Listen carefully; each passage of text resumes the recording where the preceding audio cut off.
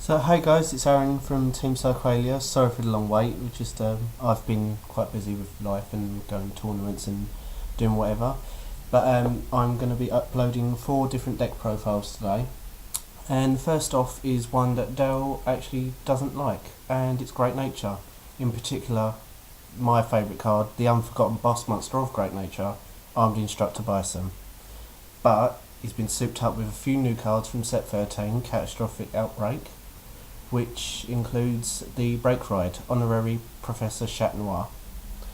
So let's get on with it. So the choice of starter for Bison I use is Gardening Mole, purely because it's got the same Forerunner skill as any other Forerunner out there, and it's pretty handy considering the deck type that it's in. The ability is Counterblast 1 and put it into Soul. During the end phase, when another Great Nature rearguard is put into drop zone, you can pay the cost, and if you do, put that card back into your hand. So it's allowing you to sort of like plus off the minus of losing a rearguard. And that's my starter of choice. Next up are the triggers. I play 4 draw in the form of Castanet Donkey. It's sort of like the Margle clone where you move it into Soul and give a Great Nature unit 3k till the end of the turn. This kind of combos quite nicely with their own power boost effects from the Tigers and even Bison himself. And obviously drawing is nice, as always, considering Bison is quite defensive. Next I play 6 stand, 2 Eraser Alpaca, and 4 Alarm Chicken, considering they're the only stands we have at the moment. Purely I like playing 4 Alarm Chicken because I prefer its art over Eraser Alpaca, but that's just personal preference. And I feel stands are far more better and more dangerous in Great Nature than what crits are any day of the week, purely because now we've got Chatnoir. If you hit 2 stand triggers off of Chatnoir's ability, it potentially allows you to get like 4 cards, thanks to Chatnoir's draw part of the effect. I'll go into more detail with that later. Next, I play 2 criticals in the form of Holder Hedgehog. I used to run Triangle Cobra. I don't like Ruler Chameleon because, like I said, I prefer stands. So I'm literally just running these 2 crits in the deck as a sort of like a surprise, just to catch people off guard, because obviously I've got a higher stand trigger count. And last but not least, pretty much standard in every Great Nature deck and nigh on every other deck, 4 heal, which is Dictionary Goat. Self-explanatory. Next up we have the grade 1s. Now normally I don't run 4 perfect guards in any deck, unless it's a deck that soul charges heavily, but thanks to Novell running rampant, I'm now having to run 4 Cable Shape. If you don't run 4 Cable Shape, it's pretty much useless. You kind of need to now that Novell kind of negates triggers during their turn, and I actually had a game online where I got 6 damage heal, but with Novell it negated it, so I pretty much lost there and then. So if I had more like perfect guards, I would maybe be able to survive. Next up is 3 Silver Wolf. It's the standard 8k vanilla card, grade 1. It's kind of helpful for making like certain columns. Next is personally one of my favourite cards because of the art and also the flavour text, Coiling Duckbill. Most people run 4, but like I said, if it gets retired or anything like that, thanks to my Gardening Mole skill, I can add it back to hand, so I can reuse it again. So it's kind of like having a 4th one. Next up is a new card from set 13, Wash Up Raccoon.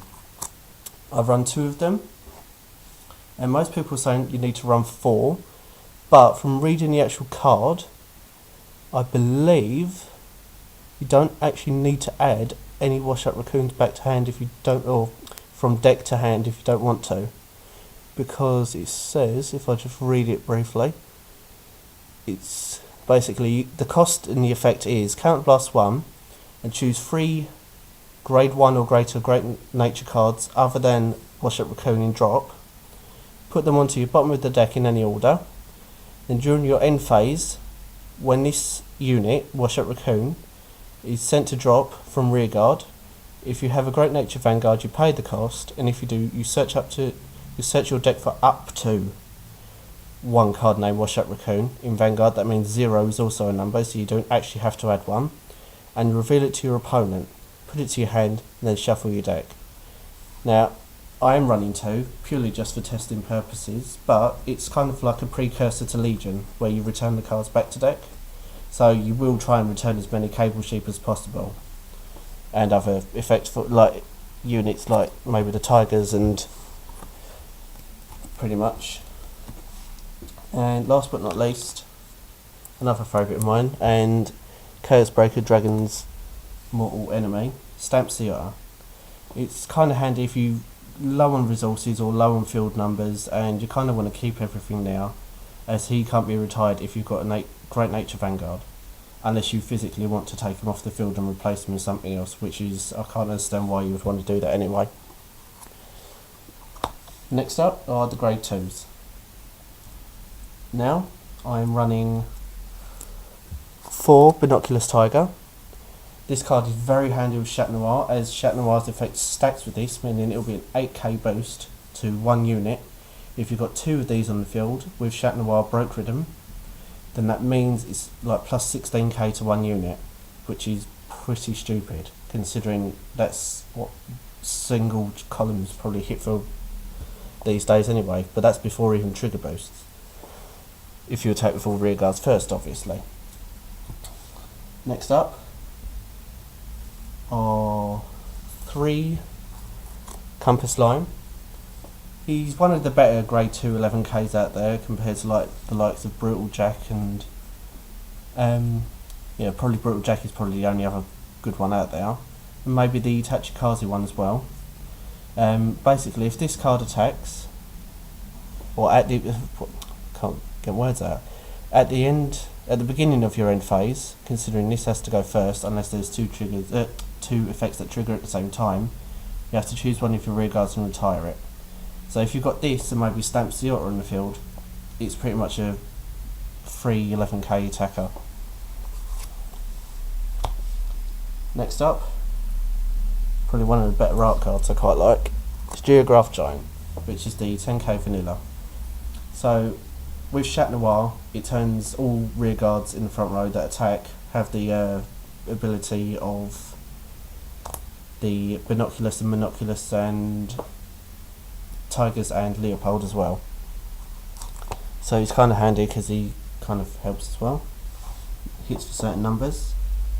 And last but not least, the other card that makes Bison quite viable is Lamp Camel.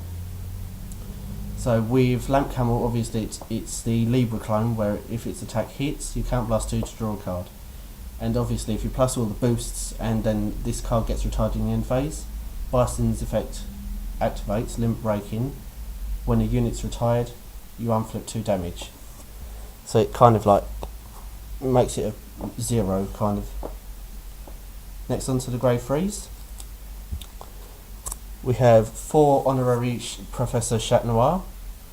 It's the Break Ride of the Clan, and it's basically, the ability is, when a Great Nature rides this unit, choose your Vanguard, and until the end of the turn, that unit gets plus 10,000 and an auto Vanguard only skill. And that skill is, when your Great Nature Rearguard attacks a Vanguard, choose one of your Great Nature Rearguards, and until the end of that turn, that unit gets plus 4,000, and at the end of the turn, draw a card and retire that unit. Now, some people were thinking, is it mandatory to actually retire the card? No, it's not. There is actually a Bushiroad official ruling that says that you can draw a card and you don't actually need to retire the unit. So you could plus all the power boosts onto a Stamp Seota, and for every instance you use the effect where you attack with a front row rear guard, you get to draw a card. So like I said, with stands, if you use stands and you get 2 stand triggers, so you stand the 2 front row again, attack with them again, so you plus all the boosts onto the Stamp Seota, and for every time you attack with a rear guard, you get to draw a card. So that's technically a +4 if you plus everything onto a Stamp Seota. and its other skills are the Lord skill, like the Lord keyword skill, and the other effect is when it attacks the Vanguard, it gets plus 2,000 to the end of the turn, which is pretty standard on certain break rides. And last but not least, Dale's favourite card that he loves to hate, 3 Armed Instructor Bison. This has the Count Blast 2. Choose one of your Great Nature Rearguards and that unit gets plus 4,000 to the end of the turn, and at the end of that, at the beginning of the end phase of that turn, you can retire that unit. Well, you have to rather.